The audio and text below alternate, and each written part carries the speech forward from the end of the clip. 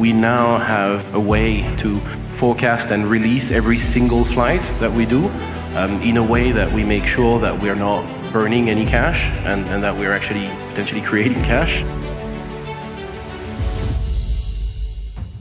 So where I would like to start this session is by asking each individual of our participants to answer basically the same question, and that is whether you can provide from the perspective of your own company, your vantage point, what do you see as the current status of the supply chain right now?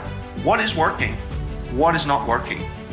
And also, how do you see the market situation being different now compared to 6 months ago?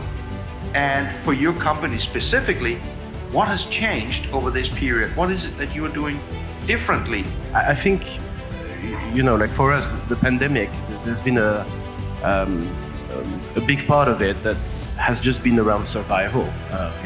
Of course, I'm representing the cargo side, but we're part of an airline group that has a lot of passengers at its core. And so from a business perspective, I think the key point was trying to operate as an organization with basically only cargo delivering some sort of financial stability to the rest of the group, because passenger demand was sometimes there, sometimes not there, but then the restrictions were huge. So I think what's quite interesting that we have implemented and that we continue to do is we now have a way from a cargo perspective to forecast and release every single flight that we do in a way that we make sure that we're not burning any cash and that we're actually potentially creating cash.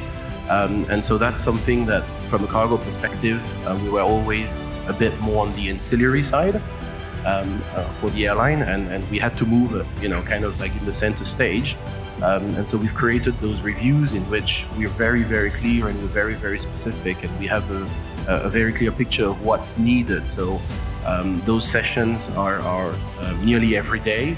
And then all the markets will say, I've got this customer saying that they need a bit more capacity, so we start creating new flights.